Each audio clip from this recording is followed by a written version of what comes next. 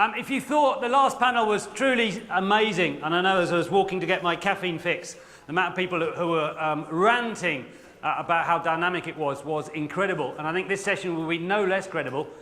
We have more foodies than you can ever imagine. The first, who is an amazing woman, Lynn, who's the marketing director of Bartlett Mitchell, and a lifelong vegetarian, so she's going to have a really good input into today's talk. She's responsible for developing Bartlett Mitchell's brands, including the Food to Go, Veg Central, Noodle Bar, Perky, as well as the firm's Fair Trade and Sustainable Coffee. Big key.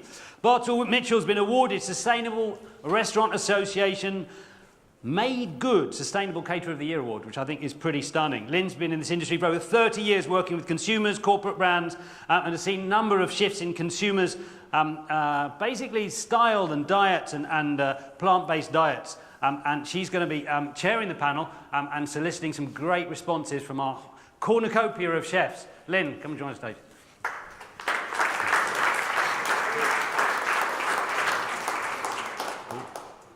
We've also got Lloyd, the Global Director of Culinary Practice at Exo, Food Services Facilities Management Company, which is responsible for leading the design and deployment of global culinary standards since May 2017. He was also Director of Food at Vacherin in 2009, an amazing fellow, 20 years experience. Before joining Sodexo, he worked at ISS, at the UK Food Services Director and Food Service Director in 2012. He's continually evolving food standards across his business, actively promoting seasonal and sustainable food offers, as well as motivating his culinary teams and inspiring them to deliver food to the highest standard. Come and join me, Lloyd.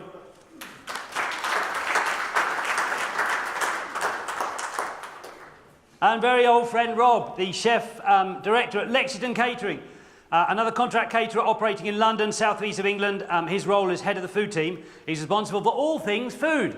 That's a pretty cool job. 30 years of experience. I see him bouncing around in the Craft Guild of Chefs on a regular basis. He's also got an enormous amount of bling for them, winning Catering Chef of the Year and many, many more. He's very active. He's the author of 3 award-winning cookery books, a BBC consultant both on TV, radio, a fellow of the Royal Academy of Arts and West London University, our own very favourite fellow, Robert Kirkby.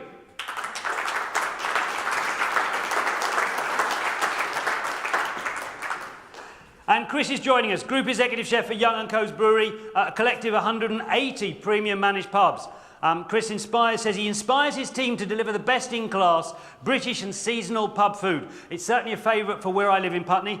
He leads an exemplary team of executive chefs who's responsible for engagement, progression and development of all of the back-of-house teams within Young's. He's worked his way through the position of head chef, like many of us, starting washing up, and worked in restros, bistros, number of restaurant groups and number of development chefs. He's been around for a while, a very, very talented fellow. Chris Knight.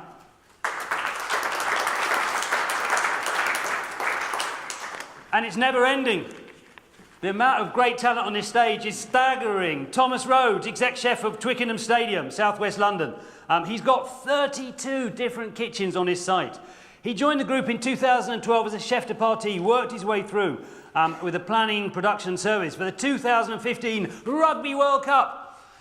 His passion for food started at a very early age in Cheshire, where he trained in a small independent restaurant called the Yellow Broom. He's also worked at Man United. There's a bit of a theme coming here. We spent 6 years catering with the directors and their guests, taking responsibility for managing the kitchen on many major events. It's probably where I saw him at the 2012 Olympics. Come and join me, Thomas.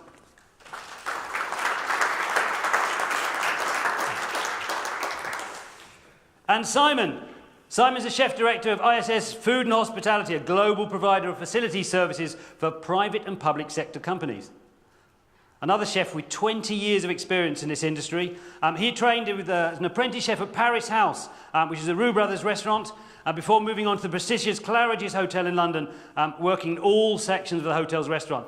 He joined Eton Fine Dining in 2000, which was acquired by ISS in 2004. And he's been in the industry for quite a while and is a really, really talented chef. Simon, come and join me.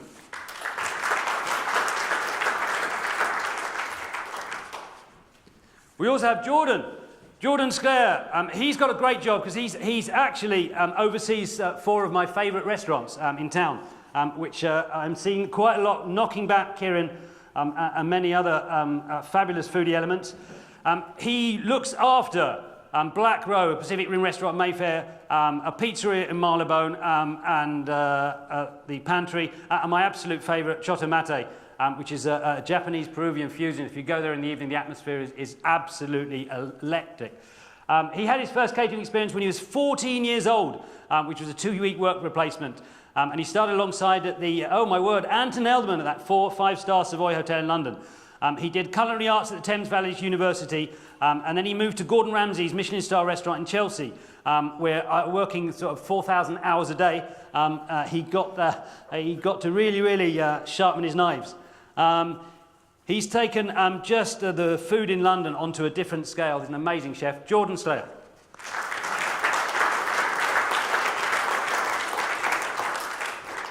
And we have Andrea Waters. She's creative director and executive chef at Redemption. It's a place that if you haven't gone and you need redemption, it's absolutely the place to go. It's a healthy restaurant and alcohol-free bar concept in London that absolutely rocks. Andrea's background included running her own health store in New Zealand, working for a very experimental and forward-thinking Glam Rock Cafe on Sydney's Bondi Beach in the 80s, serving formal French cuisine in Wellington, New Zealand, and cooking for John Frieder's Mayfair Salon during the 1980s. Following the sale of Pitch and Piano, Andrea joined several of her colleagues in the purchase of Tootsie's, and they built the brand from 9 to 35 restaurants before they sold the chain in 2004. Andrea became passionately interested in nutrition, vegan and raw food, and she's teamed up with the very fabulous Catherine Sorway in the creation of Redemption. Andrea, come and join us.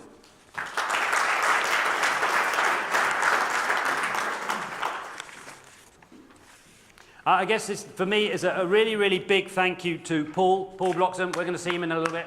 He's the culinary director of Lifeworks by Aramark. They've sponsored today's gig, so really thanks to them, and we're going to see them bring the stage alive later. I'm going to give you the very capable hands. Lynn. Thanks, Jason. Well, we've been awash this morning with statistics, starting with listening to Simon Stenning from the MCA. He showed us a chart that showed that there was a growth of between 4 and 5% in the number of dishes that the leading brands are serving for vegans and vegetarians. And I looked up a few things. I saw that Google are citing that there's been a 90% increase in the number of vegan searches that people have been doing, and that Mintails meat-free products, so replacement meat products, are showing a 30% increase. These are big numbers, but I also wanted to understand how many people are actually registered as vegan at the moment, and it's only 9% of people. So this huge difference between, say, 9% of people who don't eat any meat at all, up to 30% of people saying that it is their choice of evening meal. So definitely the flexitarian movement has been born. So I'm really pleased about it because, as Jason said, I haven't eaten meat for 35 years. So it's great to no longer have to have the veggie lasagna or something with a little bit of goat cheese on the side. So I'd like to start with you, Lloyd, telling us a little bit about the initiative you've started with WWF. Yeah, absolutely. So prior to my time with Sodexo, actually, so I can't claim that work, but Sodexo UK and the Independent School have done some fantastic work with the WWF on looking at sustainable meals, looking at establishing a criteria to exactly move plant-based cuisine forward and put it at the forefront of what we do. We've kind of taken that a couple of steps further and nurtured that relationship and taken that into the core of our offer. So the kind of remit of my job was to kind of look at what we do as best practice and establish how that kind of moves on. So how many of the meals are actually plant-based, or are all of them plant-based? We started off piloting with over 80 recipes and then kind of plotted those into the menus and kind of managed that. We've got to the point where we created our strategy for the global food offer and made that one of the strategic focuses. So that became an objective for us globally to look at how we work more sustainable, look at these kind of food offers, but also work with organisations such as the WWF on how we can be credible. People want to trust their partner, and I think that's one of the key things for us. So we started off with about 80 recipes, I think it was, and then the important bit was the integrity of that information, so making sure it went through EPOS, the till systems work, we could kind of measure that correctly. and to kind of make that into a global offer with a company such as Sodexo, we had to have that trust there. So we worked in partnership to establish a criteria that And the what was WW. the criteria? What things did you include? So it was looking at the percentages. Very, very simple. It's like anything. If you complicate it, people won't do it. Right. So if you keep it simple, talk, in layman's terms, we applied the 1/3, 2/3 rule, which Kate was talking about earlier, and making fruit and vegetables the star of the show, and just looking at SKU rationalisation and portion size that we use in the protein. And we kept it really straightforward, and the language you used to communicate to the chefs was exactly that. We used and promoted the choice of using whole grains throughout the diet, and restricting the white rice and the white flour, and done some promotions around that and linked that to everything we did. But to kind of make that into an offer to get some real volume and traction, we launched that in January as a kind of formal approach to our global business. So was that across the whole business? Yep, absolutely. So we set out to go into pilot stage in the end of March, and we've just completed that at the end of May. So we're actually at the point where we're gathering the data, what we've done. To do that, we kind of rounded up the big players, the big regions for us. It began in the UK, so it made sense to kind of capture that knowledge that was here. They'd gone through the pain. Yeah. They've gone through those challenges. The US is our biggest market by far, so it makes sense to kind of bundle that together because process works there. We can roll it out and get some volume. France, we're a French-owned company, so we wanted to kind of look at that and do it in the homeland. And a developing region for us is Benelux, so actually there's a natural fit with that style of food offer, as Dan Kelly kind of went into in that kind of continental Europe. There's a natural way of working which we thought we could tie into. So we brought these kind of heads of food platform together. David Mulcahy done some fantastic work leading that group with the expertise we'd kind of picked up on the way in the UK. So we went into pilot. We selected a number of options of ways to do it, some through pop-ups, some through concepts. That's a good way to get a foot in the door and get buy-in. And then we also looked at the more mature countries, the US and the UK, for instance, where we can apply that to a national menu. Okay, so you said you've done the pilot. Are any little sort of nuggets you can share with us so far in terms of early feedback to how that's gone? Yeah, so far it's been overwhelmingly a massive success, to the point where we are pushing the WWF to kind of support in other countries where there's a big demand, which is a good thing to be, because actually when we started having negotiations around how we can gain their support and get an endorsement globally around this, I think we was looking at them as an expert to tell us, and I think what we've done is we've pushed it to the umph degree where they're quite amazed with how quick a global organisation can implement, change, pilot, and go to the point where we're looking at being ready in September to make that a kind of a mandate that's the way we'll go forward. Okay, thank you. Rob, is there anything that you've developed that's akin to this? I mean, in terms of our healthy eating and where it stems from originally to where we are today, and in my headspace, I thought it was about 4 years, but actually it was about 7 or 8 years ago. I went to New York with my wife, and there's these shops on the high street that looked a little bit like Pret's, all stainless steel, with a queue of people. And so with interest, albeit my honeymoon, she looks a little bit peed off whenever I go off piste when I'm looking for food or drink. But basically it was a lifestyle juice bar. And it was something that was really intriguing. There was a queue. So what they did, and this is really clever, so what they did, you went in, you told them your lifestyle. They then told you what juice you should be drinking.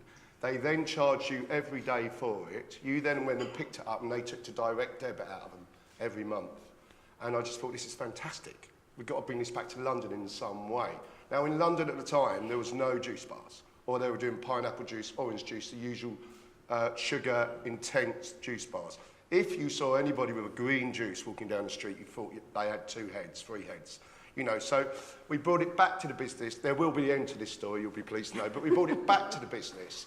And that was about 5 or 6 years ago with a lifestyle juice called Vitalicious, and it just went mental.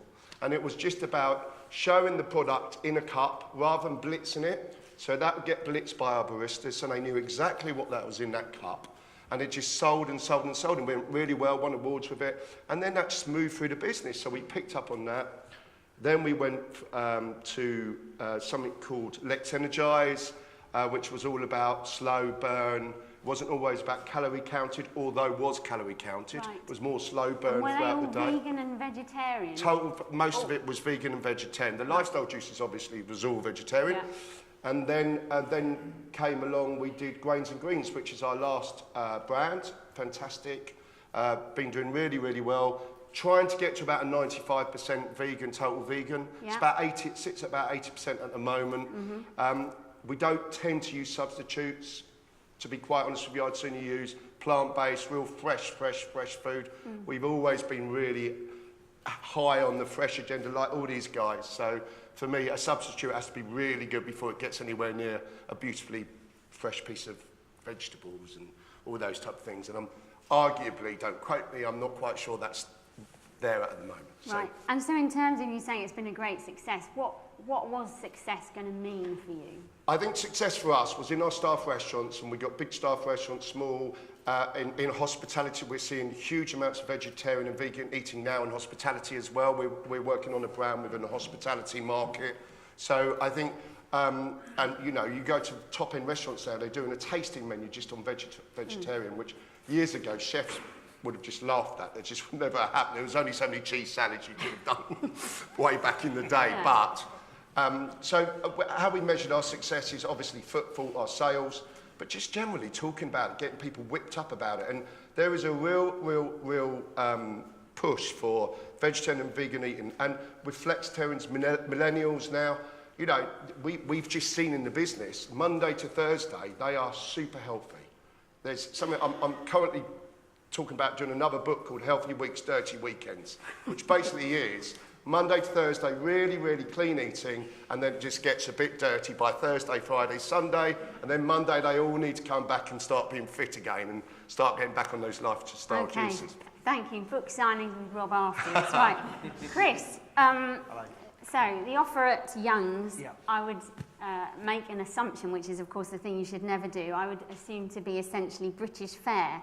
So that sums up in our mind traditional British fare. So how do you deal with this challenge of vegan and vegetarian options? Well, your assumption is obviously right. We are British fare, but I think pub food has changed drastically over the last 10 years, and the movement within Young's and Geronimo pubs in particular over the last 7 years is all around fresh British seasonal produce. You know, we're dictated by the seasons. And we put a huge emphasis, and there's a huge resource that goes along with that to educate our people on that. You know, there's obviously the customer element, but from a staff perspective. So we get all 180 head chefs together once a month for a 2-hour impactful session around seasonality and British produce at its best. Within that then comes the vegan and vegetarian, the healthy well-being lifestyle choices, I guess, is which we resonate our menus towards when it comes to those vegan and vegetarian dishes, to share best practice within our kitchens. You know, all of our menus are individual on a pub by pub basis for the 180 businesses that we have, but there is a structure and framework within that to best support the pub. So our all-day casual approach to our menus have a minimum of 8 vegetarian and vegan dishes on our menus. So, you know, a minimum of that would be a vegetarian main course and a vegan main course. But if they're 2 delicious vegan main courses, then that's what will be on the menus. But you know, we spend every single month talking about fresh produce and getting our chefs to create these fantastic dishes and ideas to share amongst themselves to bring that back to the pub and put it onto their menus to ultimately delight our guests. Okay, thank you. Thomas, so I'm thinking Twickenham, I can picture those concession stands and people eating pies and things like that. So tell us about veganism and vegetarian at Twickenham and what you offer. So you're probably right in thinking that the majority of the goers to the matchday business will eat a meat pie. Veg pies are a very limited thing.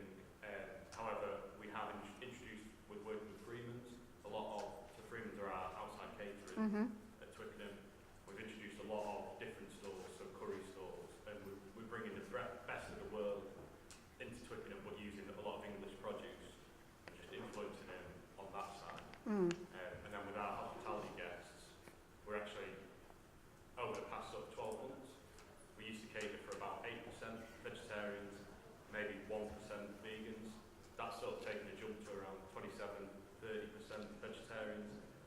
about 5 to 6% vegan.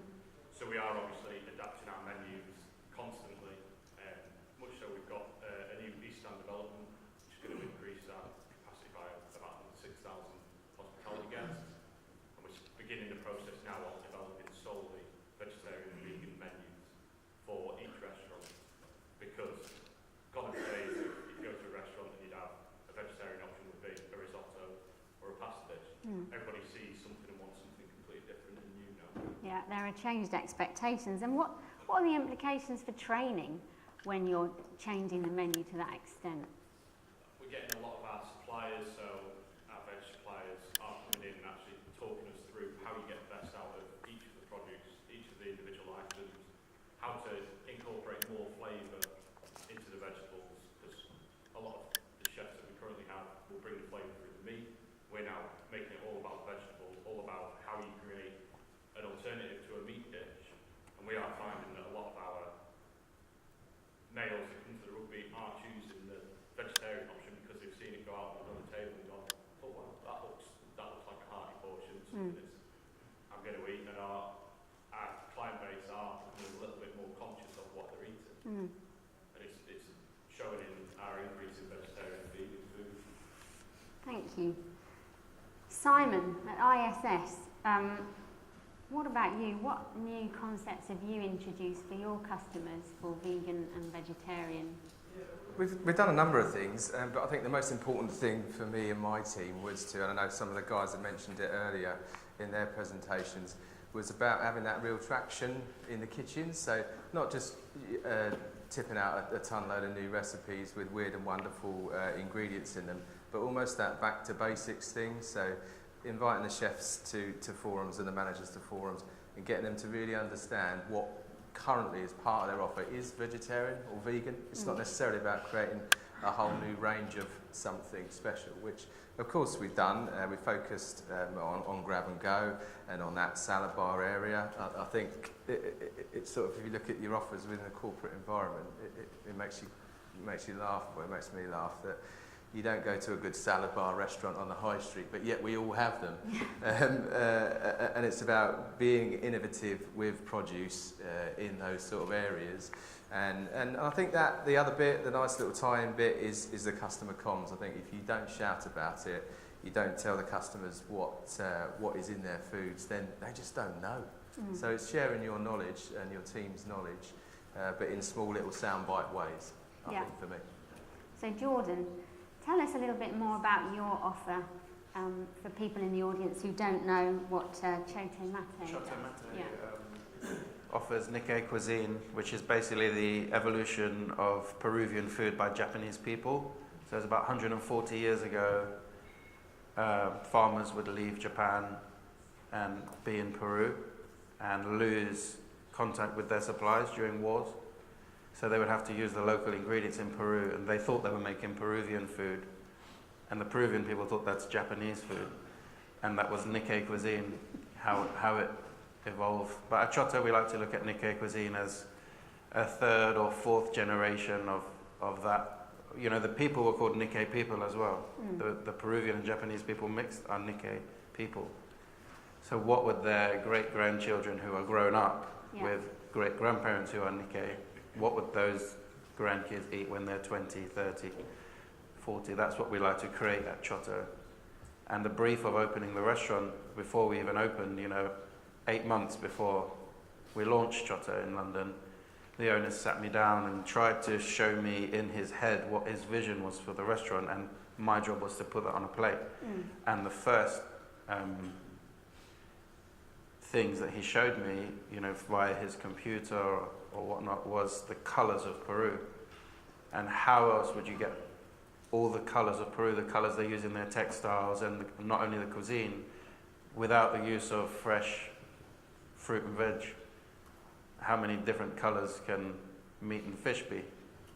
It had to be on there, Fruit and veg is a part of it, and we opened 5 years ago with, like Rob said, a vegetarian tasting menu from the beginning. So it was important for us, and what was important for us was that the non-vegetarian people eat our vegetarian dishes and love them just as much as the meat and fish dishes. So do you have to source a lot of unusual ingredients?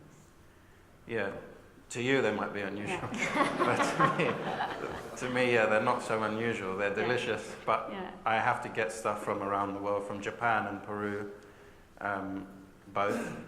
It is a little bit difficult getting fresh produce from Peru, but we have to use stuff like the chili, the corn, certain potato products from Peru. So they have to decide how they're going to send them over. So you have to either try to get it frozen or dry or in a puree form. We have had people cultivate the stuff. In the UK, it's not the same. Okay. It's not the same. Okay. And Andrea, so in what you're doing now at the Redemption Bar, what first stimulated that interest for you in nutrition and in particular the raw and vegan food?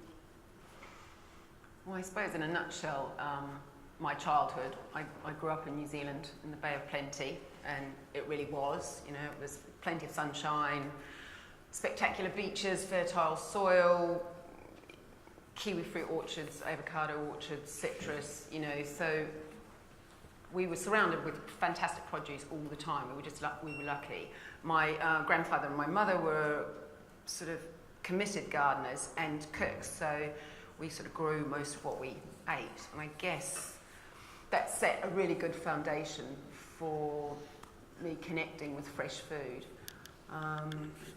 Well, I always wanted to be a chef, so I decided I was going to train as a chef, and my father really wasn't keen on the idea. Sort of had kind of lawyer or accountant, I think, down for me, but I only wanted to be a chef, so he said, okay, but you have to go and learn. You have to go and do your 7061. We did the City and Guilds in New Zealand at that time. Crazy, but we did. So I said, okay, I will commit to doing the 3-year course, yes. And my mother being such a keen sort of cook and brilliant, we decided to buy a health food shop together.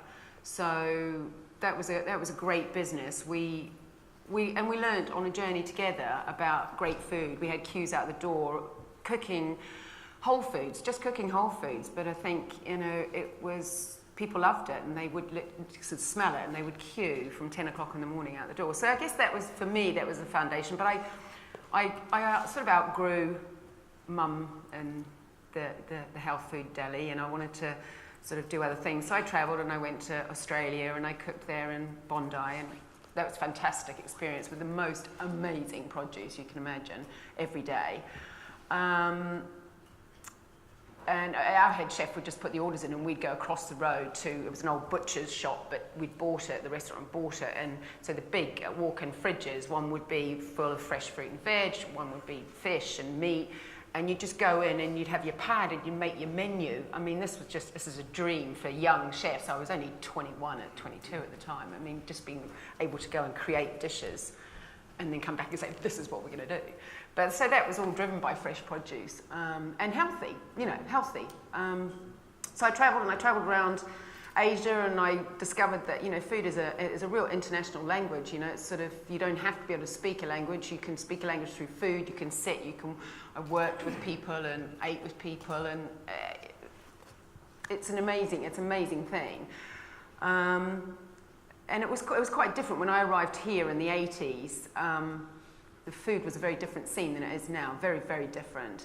And I guess I was doing something quite fresh because I'd come from New Zealand, Australia, and I got lots of work.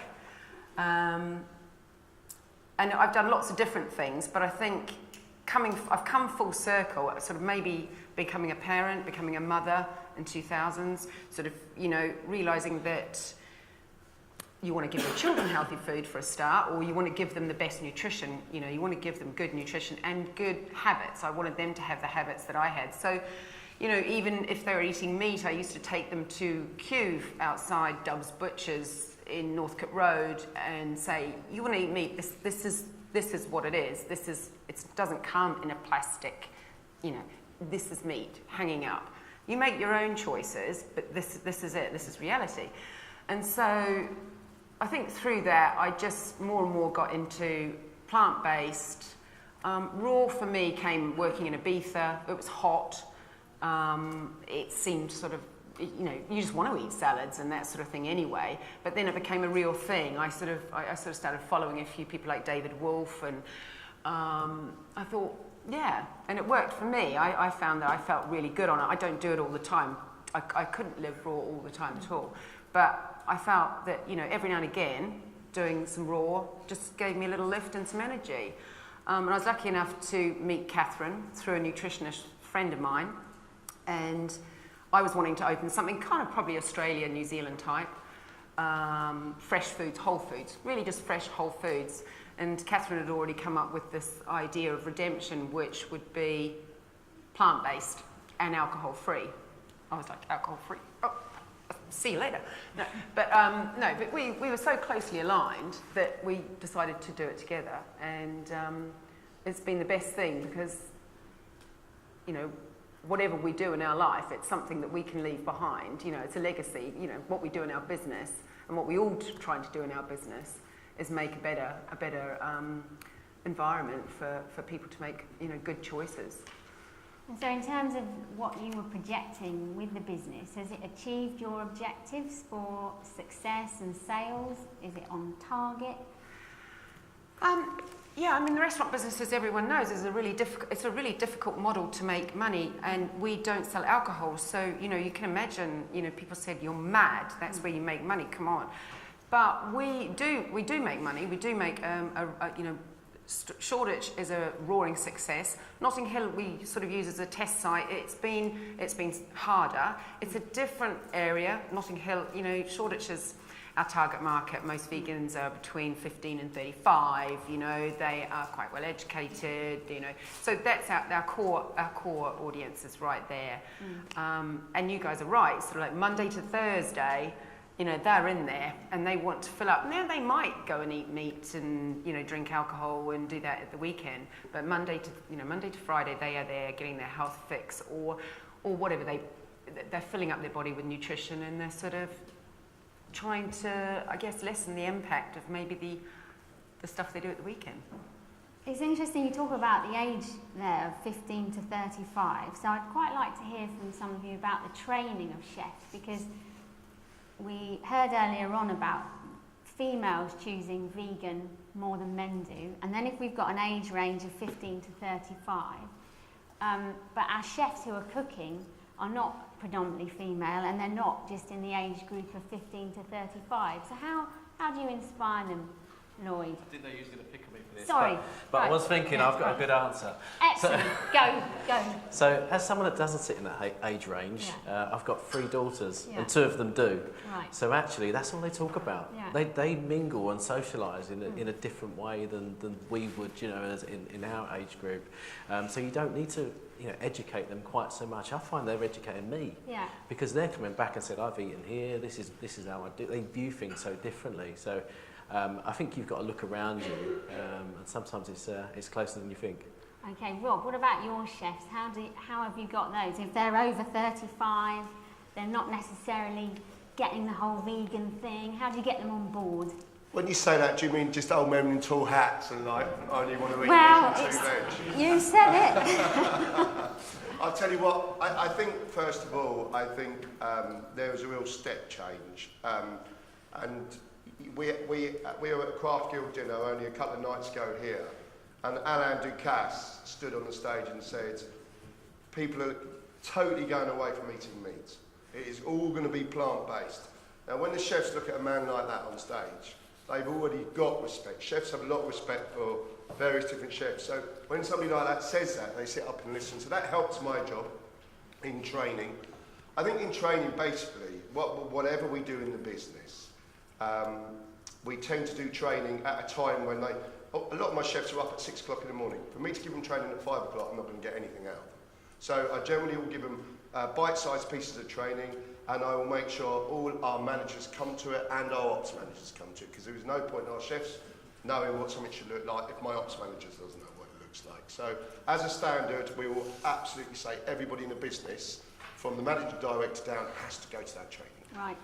And make it exciting, make it interesting, you know, I tend to not let them, we tend to not go and have a beer after a training session. So there's a bit of a message there. A, they forget what they've learnt that day. And I was told that from my governor many years ago. But there's all those sort of things to make training fun, really. Okay, so Chris and Thomas then, how do you make training fun and exciting? Well, I think from a range of things, really. I think there's, I mean, we do a huge amount in Youngs where we take every 180 head chef out at least once a year on an inspirational visit that it's deemed. And where do you take them? Give us an example. It could be to Blackmore Game in Herefordshire where we borrow a game, you know, in September or October, or it could be to Not Markham. very vegan. Yeah, that, sure, no. true. I just covered. So we took a bunch of chefs down to Markham Farm in Oxford last week, picking some asparagus and, you know, give them that whole field to fork scenario. It's then, as I mentioned earlier on, putting them in the kitchens that are, we're fortunate enough to have a large training facility, so we get all of the chefs in once a month, and it'll be a 2-hour session on a topic of food.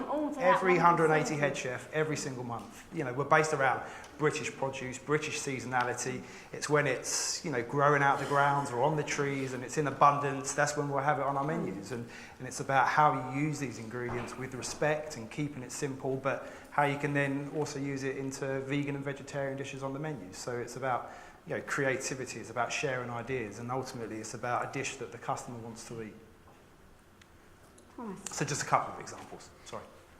As I said earlier, we actually bring the suppliers or the farmers onto the site at Twickenham, and they will come in and bring, for example, we had the Isle of Wight tomatoes. They came through the other week and they're actually describing to us what each tomato, each different variety will bring to a dish, rather than somebody going, oh, well, that green one's going to look pretty on that plate, that blue one's going to look pretty.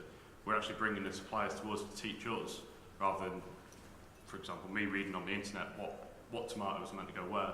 Bring somebody whose passion is that product, and they will share it back to us.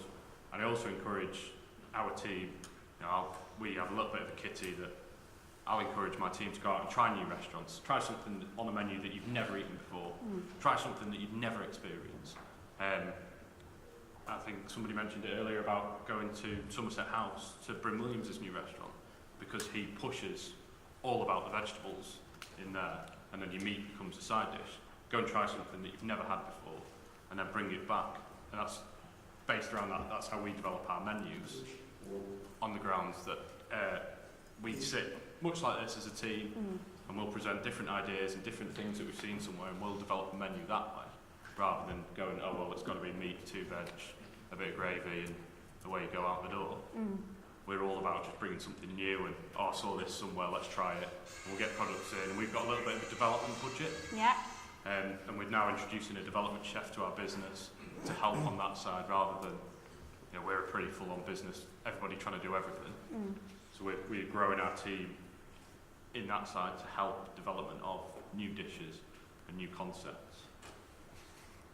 So Simon, you did also talk a little bit earlier about your training. Could you tell us a little bit more about it, in terms of how you inspire them, and also how you see, what reaction do you get from the chefs? How do you know it's working? Yeah, it's a really good point, and it is a massive subject that's close to our heart, and I'm sure everybody else's. If we don't train our people correctly, then you know, we're sort of always going to come up against that battle of no penetration, getting down to the boys and girls in the jobs. So we do a couple of things that I really enjoy, and have had some fantastic feedback from the chefs and indeed operators, because we invite them as well. We don't just keep it chefy, which is a bit controversial. But no, we sort of went back to basics again, and we followed a calendar throughout the year, beg your pardon, of great British growers. So we would visit those guys, those growers, the month before. We would promote that food within a job the month after. Took a selection of the business along with us, and sort of hands over to you know, Jeff the tomato grower, whoever he may be, and he takes you around his little estate, his little world, and really gets his message across to the guys, because he's talking from the heart. It's his business. It's what he's done, probably man and boy. And for us, it's also helped the guys to understand the value of the produce coming in the back door. It's not just a check it off on an order sheet and it comes in, waste a bit here, chuck a bit in the bin there. You know, really use all that produce, because there's a lot of love that's gone in to give us that. So so that's been really successful for us. Thank you. Jordan, as well as training in terms of skills, what about equipment? Is there anything that you need to have different in your kitchen, or particularly thinking about vegan or vegetarian diets, or is it similar to what you'd have just in a general kitchen? Well, I think the amount of equipment that Michael Paul, the head chef, demands is he's lucky to have that amount of selection of equipment. A lot of the guys know Michael. So he has every piece of equipment in his kitchen at Chotto London. But there is different techniques that he would need to teach the younger chefs of how to prepare that the Peruvian or Japanese way. A lot less dairy. Mashed potatoes get finished with lime juice inside of them and dried in the oven instead of perhaps dairy, which is like a normal way. So there is a lot of different ways and tremendous amount of different techniques in Japan. You know, to make a soup, what you keep calling the normal way, I presume like a European way or something, to boil bones or to boil even vegetables and make vegetable soup, but Japanese make soup more like a cup of tea, where they have a dried product, which could be a fish or a dried vegetable, which gets shaved really thinly and just dropped into kombu stock, like seaweed water, and just infused like a cup of tea. It doesn't boil or take a long time to cook. So there is many different ways of techniques and equipment that we use. But so are you training all your chefs from scratch, or do you, in the main, do they come to you fairly well skilled? Well, actually in the past we've had some chefs teach us new things, because we have a lot of chefs that have come from South America and Peru and loads of Japanese chefs that I've worked with. So you end up actually doing a bit of both, a bit of teaching and learning all the time, which is a good thing. Very good thing, very. Andrea, when I was looking at your CV, I felt that the brands that you'd worked with very much sort of captured the foodie zeitgeist of the time. In your opinion now, with the vegan and vegetarian movement, is it here to stay? Is it just of the moment? No, it's absolutely here to stay. And I think, you know, veganism, you know, the spread of it, the messages through social media. I mean, the 15 to 20, 35-year-olds, the social media, Facebook, you know, Snapchat, Instagram. That's how they share information, and food is a huge part of it. And I don't think it's going away. I think they're a lot more aware than we were of global issues. Certainly, I didn't read the newspaper or watch the television news or anything like that. My daughter travels on the tube and she reads the Metro. She gets news on her phone. They're aware. Kids are aware of global issues, so they're aware of sustainability. They're aware of health.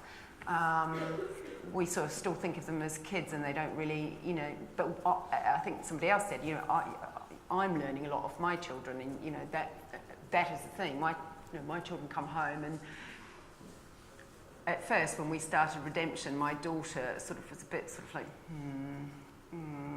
nuts and seeds. But now, of course, she's in her second year at secondary school. It's all very glamorous, and she comes home and, you know, Diva went to your restaurant last night, and she had the chocolate gâteau and the raw chocolate gâteau to die for. So, you know, now it's, and I think this is what happens. So they're all talking about it, and I know that's going to continue. And these young customers at 12 even, so we're not even talking about 15, we're talking about at 12.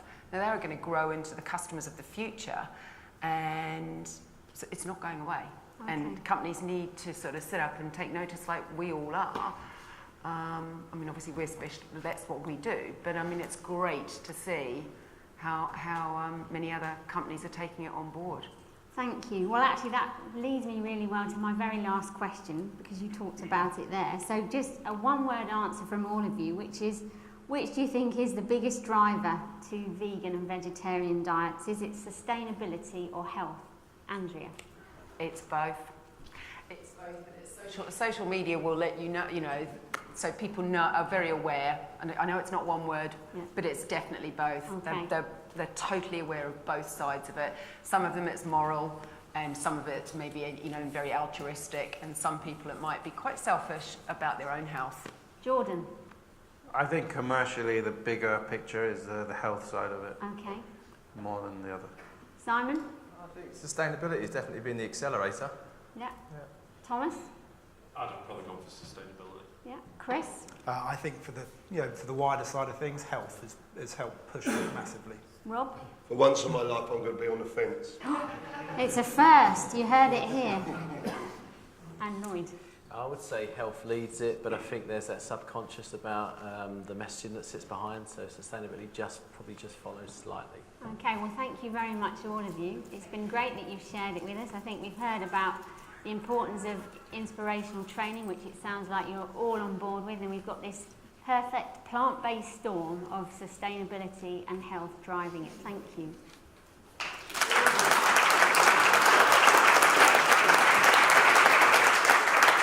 I've worked out it's about 350 years of experience just on this stage alone. And if we took Rob out, there'd be... One thing I would do is while you've got your notebooks out, grab all of those, yeah, and start following them, start tweeting them, start talking about them. What the Dickens is just amazing. Just follow, just watch the stories and just be in touch with what we're doing. And then with one click of a button, this magical thing happens.